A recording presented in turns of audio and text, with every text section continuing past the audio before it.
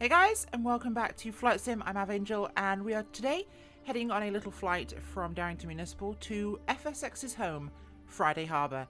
We're passing by Whitby Naval Air Station, just off the coast, and it'll be a short little flight, about 25 minutes, 30 minutes tops or so. But you'll notice some different things here. Carenado updated their 182, or the CT 182T. Yes. Ground elements, attachments, controls ability, even the baggage doors, everything works now. It feels like we've got a proper functioning payware plane right now. So, without further ado, let's take a look at how that works. And it's down here on the yoke. We could turn on our static elements. We can turn on and off the pilots. We can close the doors. We've even got control for cold and dark. Ready for taxi. And ready for takeoff. It's awesome. So we'll go back to cold and dark, which, hey, guess what? Doesn't, oh, it does work. You just hit it a few times. So, without further ado, let's get ourselves going, shall we? Because we can handle this on our own. We'll be just fine. So, battery is on. The fuel tank selector does not seem to work right now, so I'm hoping it is actually running. Boost pumps on. Give it a little bit of a goosey goose.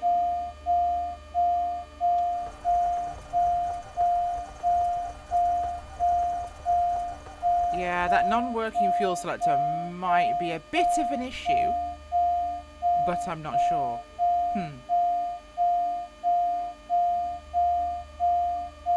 Yeah, that could be a minor thing.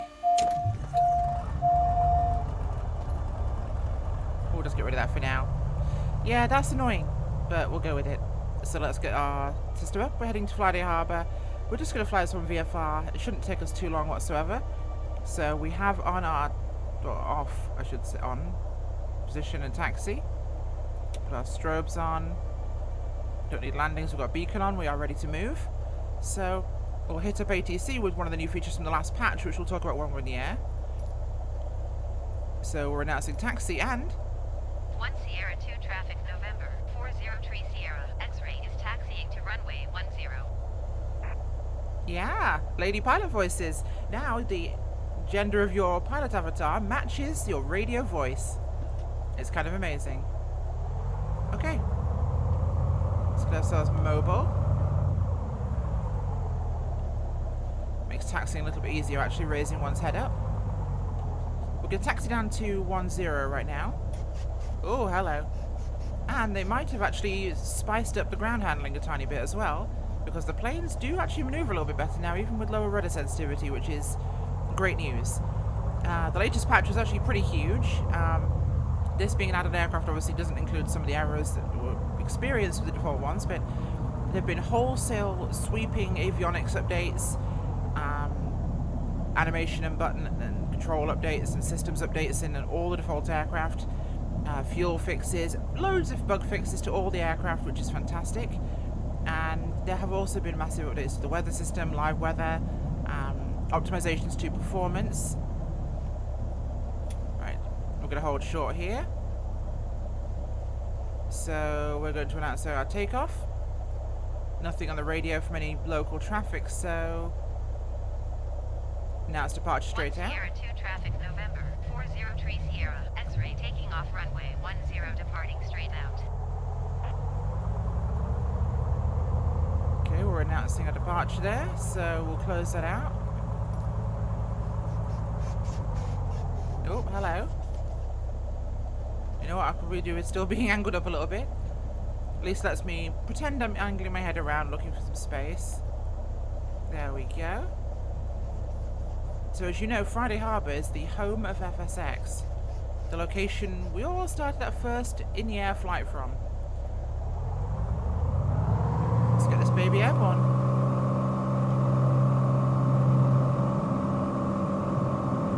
Here at Orbx, Darrington Municipal, of course, as I'm shouting over the roar of the tractor.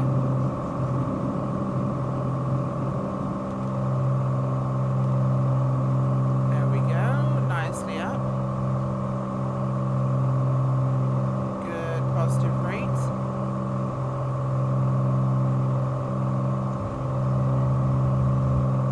So we're going to flip this thing around.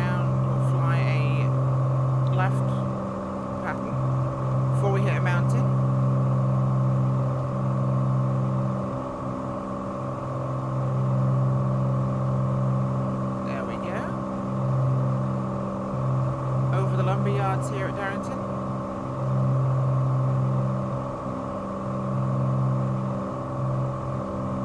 Throttle back to climb power.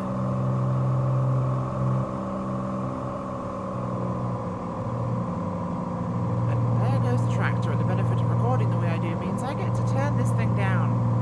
Although with the last update to the aircraft, Carenado have actually reduced its volume, which does make it a lot better. However, I still have to resist the urge not to yell at the tractor, or yell to be heard over the tractor. I should probably talk quieter, knowing I'll be able to remaster this in post, but God, it's loud. And the doors are even closed. How is it better sounding with the door open? My God. No, that's worse. That's definitely worse. Okay. Right, so we're going to start our climb up to about 3,000 feet with the trim we've got here. So we'll set our trim up and we'll begin our climb. Let's set our heading.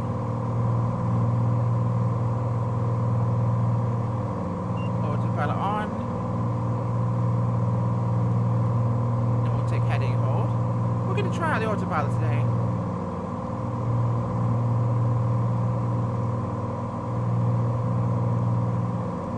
Does this work like FSX, or does this work like a real one? That's the question. 3500. No, we want to increase our vertical speed. It's going to work like the new standard autopilot. No, you don't want to work, do you?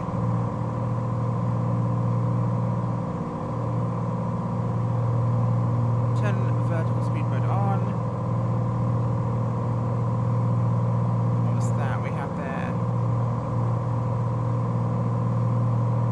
Try vertical speed mode.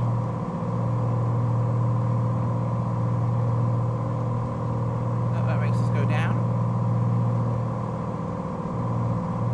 So we'll set our vertical speed to about 400-ish, maybe 500. And we'll allow ourselves to gently climb at about 124 knots, up to about 3,500 feet. Out nicely here from Darrington. It is not a long flight today, as you can see there. About 54 nautical miles remaining. So we head to KFHR, Kilo Fox Hotel Romeo, Friday Harbour.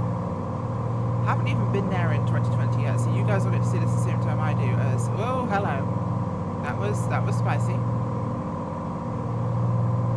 So we'll adjust our heading here. And where's our CDI? There we go. We'll switch to nav mode, and this should track our course for us. It's doing just great. So the autopilot functionality is working well. Still coming up about 400 feet a minute, passing through 3,000 feet right now, aiming for about 3,500, so we should be good to go. Also, the text boxes are a little bit big for things like this. It'd be nice if they could be made smaller. Microsoft, if you're listening, I'm pretty sure you're not, but it'd be nice to know. God, this does sound like a tractor. Let's close those flaps down now. We're a little bit cooler with the OOT. Looking good. Beautiful scenery outside. I will say that is the one thing that still blows me away with this sim, it's just how good it looks. I still can't fathom the fact this is an out-of-the-box flight sim. Like, out of the box. This feels like I'm flying over better than Orbx scenery. Out of the damn box. Where are you going? It does like to bank quite considerably, I'll give it that. Tracking, it's tracking, okay, we're good. So about to pass up towards 3,500 and we'll be able to set our hold.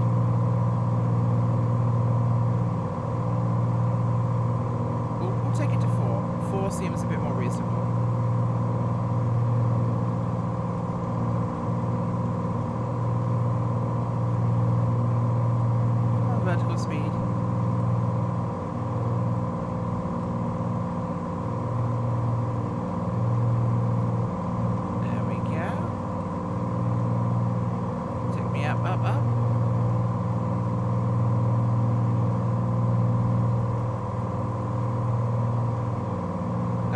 triggering across to altitude mode once it realizes I'm at the altitude selected. So it's being intelligent. I have to set my altitude I want to go to, turn on vertical speed, and then it will climb up to the altitude. So it's working exactly like the real Ben King autopilot should, which is a really nice feature there. Rather than flight sim where you could just set the altitude you wanted and it would go to it. What a pre-designed one. Flight sim has spoiled us rather dramatically for a number of years. Now systems do behave a little bit more realistically. Let's watch it flip over here at 4,000. Yep, the vertical speed is dropping now.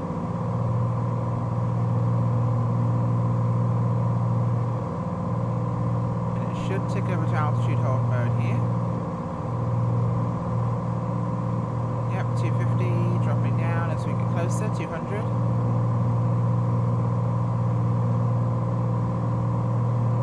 Nicely set. Okay, so we're happily on track here. We're about 47 nautical miles out from Friday Harbour, so changes to the sim that came with the last patch. We had GPU improvements, we had improvements to its CPU cycles and thread operations, a number of general performance increases, all of which do seem to benefit people with lower end computers. Now if you have a high-end computer like mine that is by the book entirely capable of running Ultra really well, and I will tell you now, my computer's running at about 50% of its performance. I've mentioned in the past that I have a Ryzen 7 2700X, 32 gigs of course of vengeance RAM, and a Asus 2070 Super graphics card. My internet is about 370, 380 meg down. I meet Microsoft's ideal specifications, but my computer only runs at about half of its total performance, no more than half in fact, and the sim does stutter at times, is FPS limited. And these issues are all built into the sim, not your computer. So whilst them improving things for lower end computers is nice, could you improve it for high end ones too? That'd be great, thanks. Ooh, a nice little lake. I just love how much detail is worked into the sim here. I mean, look at that. Little docks down the lake. Obviously a little bit clearer when we're a bit closer, but beautiful. Little houses, little piers. This snow mesh sort of vibe to the whole place. It is absolutely beautiful. Look at that. All those little houses, all the little jetties. That is stunning. I mean, that's what it's like in real life. That has to be. This is where this is from. This lake is gorgeous. Look at that. Houses all around the lake. That is crazy. Seeing a whole host of roads, so they must literally get to and from places by their boats. That is crazy. I love it. Just sightseeing in this sim is stunning. Look at that. It's gorgeous. Wow. But anyway, so we had avionics changes to basically all of the GA and airliners. We had systems updates to fuel systems, fuel tank sizes. We had changes to broken animations for various knobs and controls in the cockpits. And we had winds aloft fixed from the 270 degree bug. We had changes to live weather sync and live weather working. There were changes to some of the multiplayer compatibility, improvements to the glass cockpit coding, which improve its performance. But a lot of these things should have been fixed before the game came out. If anything, all of these should have been fixed before it came out, because these are all things that the alpha and beta testers knew about for months, told them about for months, and they're only just fixing. Beautiful cloud here. So we're approaching the coastline here, as we are 39 nautical miles out, cruising here at about 132 knots. It's a very fast cruise we're on, but we're still cruising technically.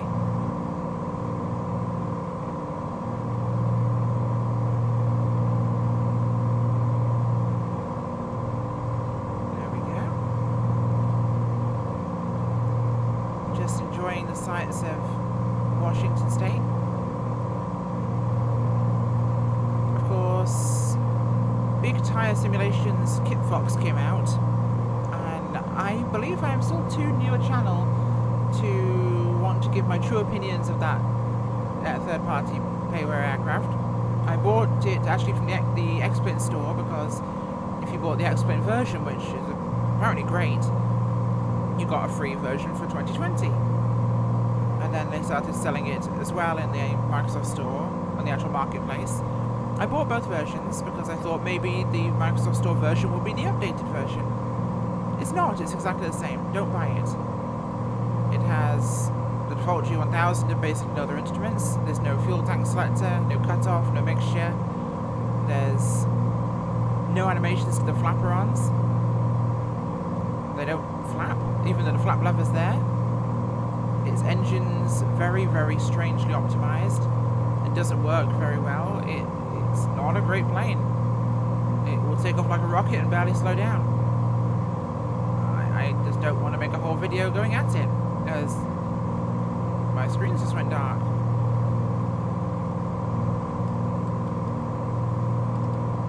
Okay then.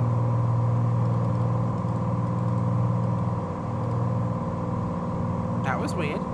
Get down the valleys here. That'll probably be where power lines are. Or fire breaks, either or. Small road winding its way through the countryside there. Couple little farms. Out to the more mountainous touristy scenery right now. I believe that's Whitby over there. That should be Whitby Naval Air Station. Yeah, that'll be Whitby, I believe. We're passing by and going basically over there. Should be our destination today. Cruising quite nicely up here. One thing I do think is missing though is the ability to cycle back into other viewpoints. And I will say, kudos to Carenado, as we don't have 2D pop-ups anymore in 2020. So the introduction of the iPad on the yoke is fantastic. I would have liked an option to basically allow this to work for like a map functionality, like Garmin Pilot, which I have, for example. It'd be nice to have this even integrate as a checkbox the VFR map in game, just a moving map that you can scroll around and look. Because that isn't unrealistic. Garmin Pilot does exactly that. It does a plane tracking VFR map. That'd be wonderful. Carenado, that would be great. You know, you could literally turn this into an EFB of sorts. Obviously these have to be modeled into a aircraft, so it's not as though you can just drop a gauge in that allows you to use a certain pop-up of a flight bag. So it does need to be built into the aircraft, which does increase the workload for developers at the time. However, these features are really great. I really think this is fantastic. This is a really nice little thing they added. It was something that I think people wanted to see those ground extras back, but it just added in things that we all fondly enjoyed from FSX. Like, there's no feeling like coming in after a long flight, shutting down, putting the tie downs on your plane and taking a lovely sunset screenshot. That's just so relaxing. And it's nice to see that back. I look forward to seeing what other aircraft they bring out, and I know things like the Mooney Ovation they're coming out with next will likely include that from scratch.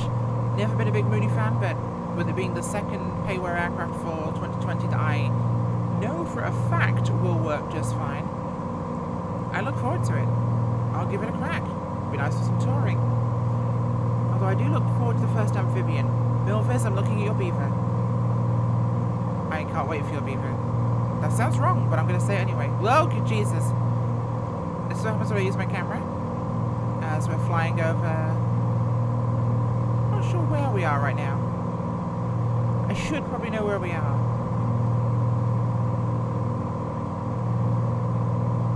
I'll go fetch the iPad.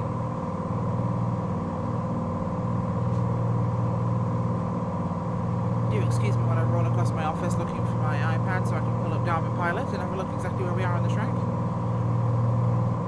So, based on a very quick analysis. We are flying to Friday Harbour, which should put us roughly here.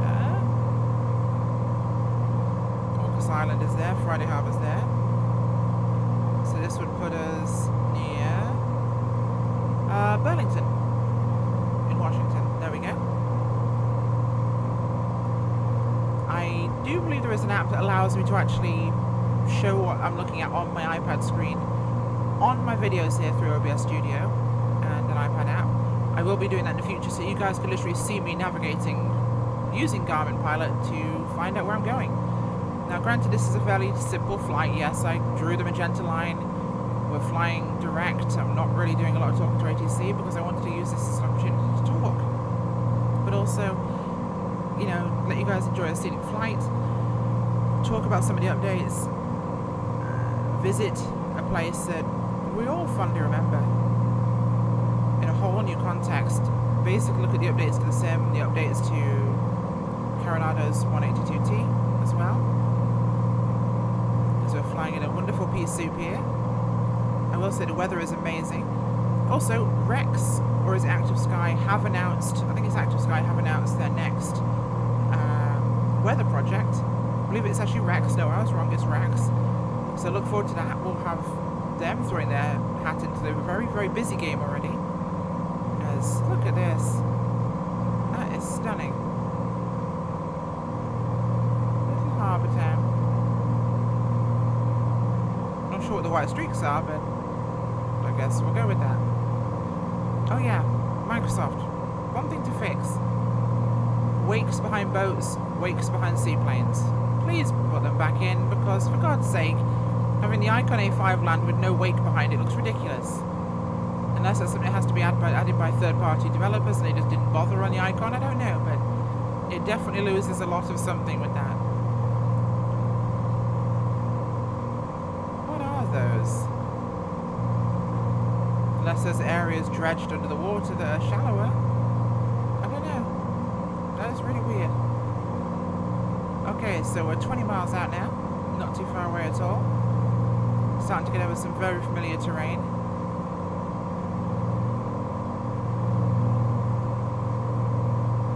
And so we're looking down here. God, this is gorgeous. I need a better view. Much better. The cloud wasn't here. Come on, there we go. Oh god, that actually gives me a real sense of vertigo. That's more of a sense of vertigo than I think I've ever had in this sim. In a flight sim even. But I genuinely feel like I'm in a dangerous spot right now, so let's just close that up. And feel nice and safe. Yep, not doing that again. Okay, we're good. That actually made me feel a little bit queasy as a person with vertigo. A video game just gave me vertigo. Yeah. That's the weird thing, I can fly planes, but I don't like being stood on top of something tall. Go figure. Right, so we're going to drop our altitude down to about 22,000 feet. Should be more than enough. We'll enable vertical speed mode. We'll allow it to basically take us down, and we'll start our descent, which should bring our cruise speed up a little bit, so we'll knock back our power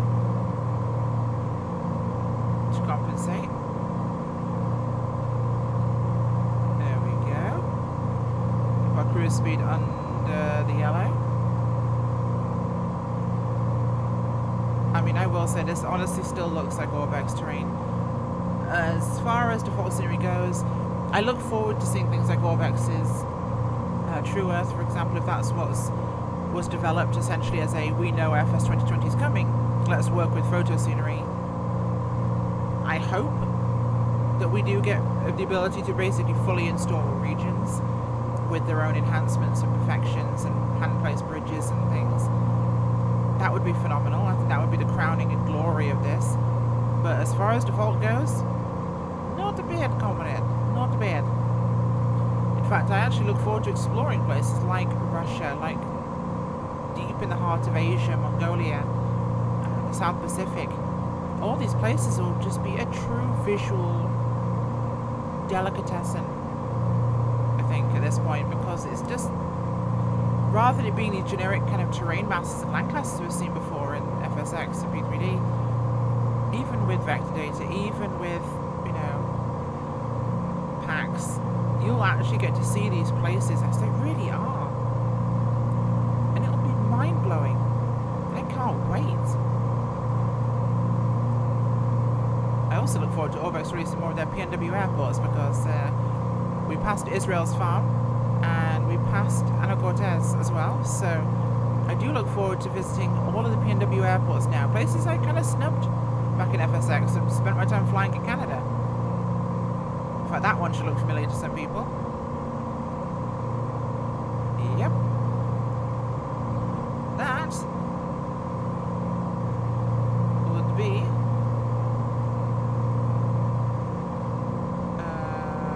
where's Friday Harbour?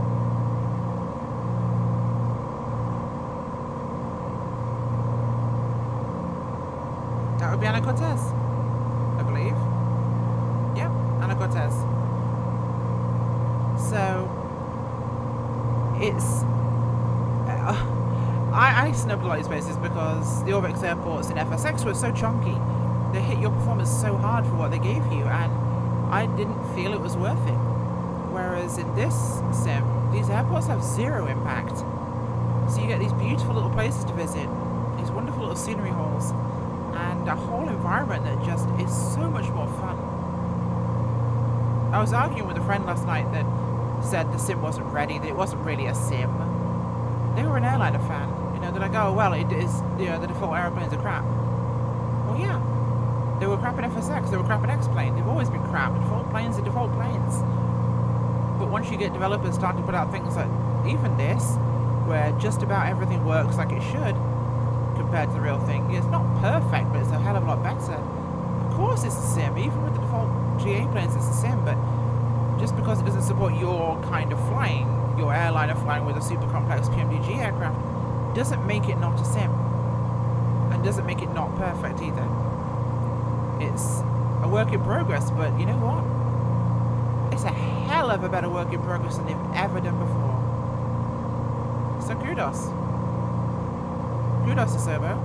I really want to call them ASBO though, which is a British thing. It's an antisocial behaviour order, which is what we give to chavs, aka kids that go out and mug old ladies, wear tracksuits.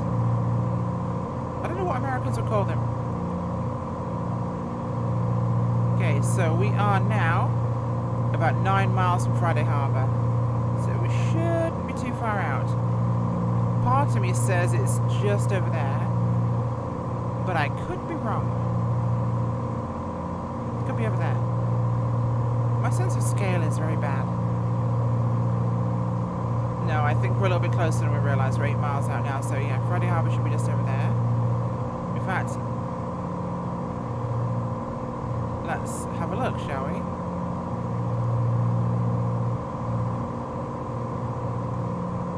Nope, it's over there. So it's over there. Okay, it'll be on this side here, I think. So I was kind of wrong, but kind of right. Beautiful islands down here. Look at this. These little bays are gorgeous. What I wouldn't give for an Havilland Beaver to go flying around these coves and coastlines and just soaking in the environment. I could take an aviation holiday from my house. And that's one of the beauties of GA flying, is getting to visit all these little places around the world and really experience the flavour of another place. I'll probably never get to fly off the coast of Washington here around these islands, but I get to do it virtually now in a way that you would never have imagined even 3-4 years ago. Kudos. Okay, it's time to start getting behind the stick again, as we are about to approach now, 6.2 nautical miles out. So we'll hit up, we didn't want flight following, so Friday Arbel. Airbus farther from you. No. 9. 2.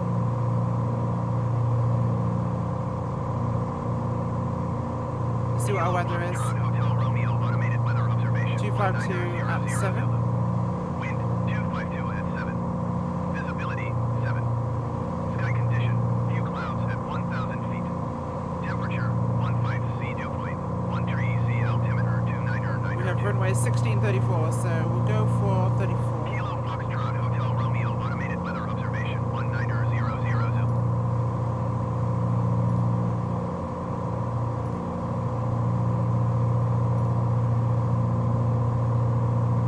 Friday Harbour traffic, November 4030 Sierra X-ray is going to be 3.8 nautical miles to the X-ray 4 miles east, 2,000 feet east. south to land runway 34. Let's get that autopilot knocked off.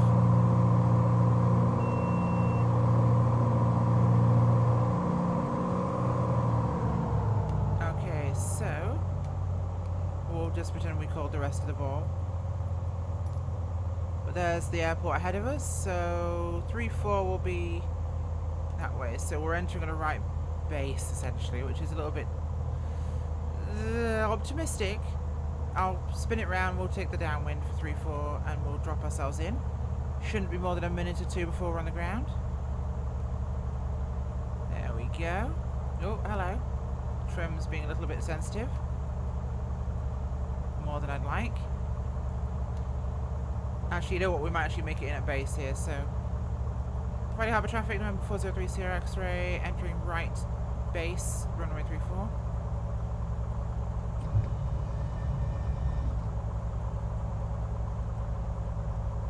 There's the field. Now, can I quickly look and see where the... Jesus, I'm coming in steep. Okay. We'll angle this base a little bit more asymmetrically than we'd like to. If I wasn't rushed for time here, trying to make sure the video ends quickly enough, I'd be just overflying, coming back, entering downwind for the field. But ain't nobody got time for that. Let's give it some motion lotion.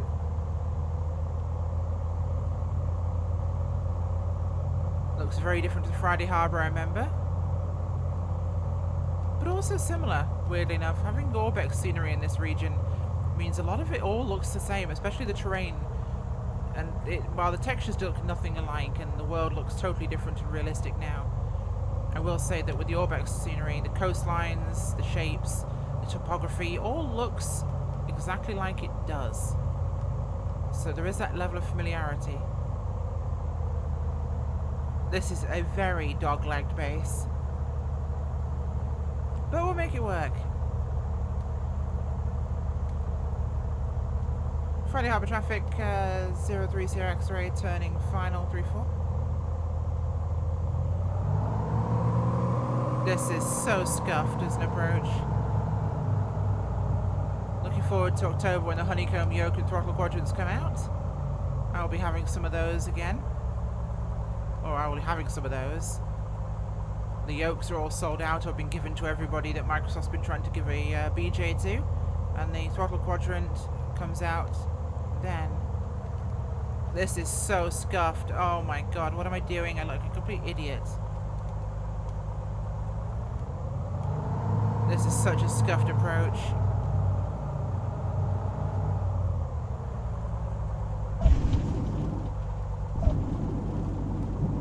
That was nasty. I'm so sorry.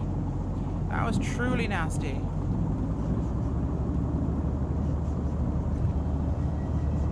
I feel like an amateur. Friday Harbour traffic, 03 Sierra X-ray, clear the active, taxi to parking.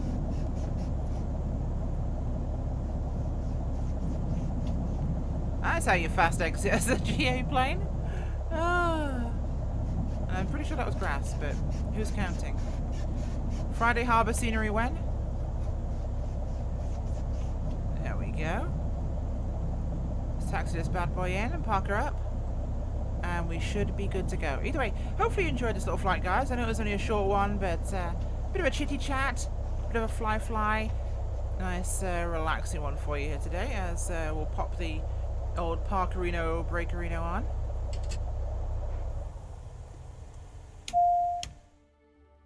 God damn it, go away. I did not ask you to do this, Microsoft. That feature's going to get turned off. let's do exactly as we said we'd do, and we'll put our stuff out there.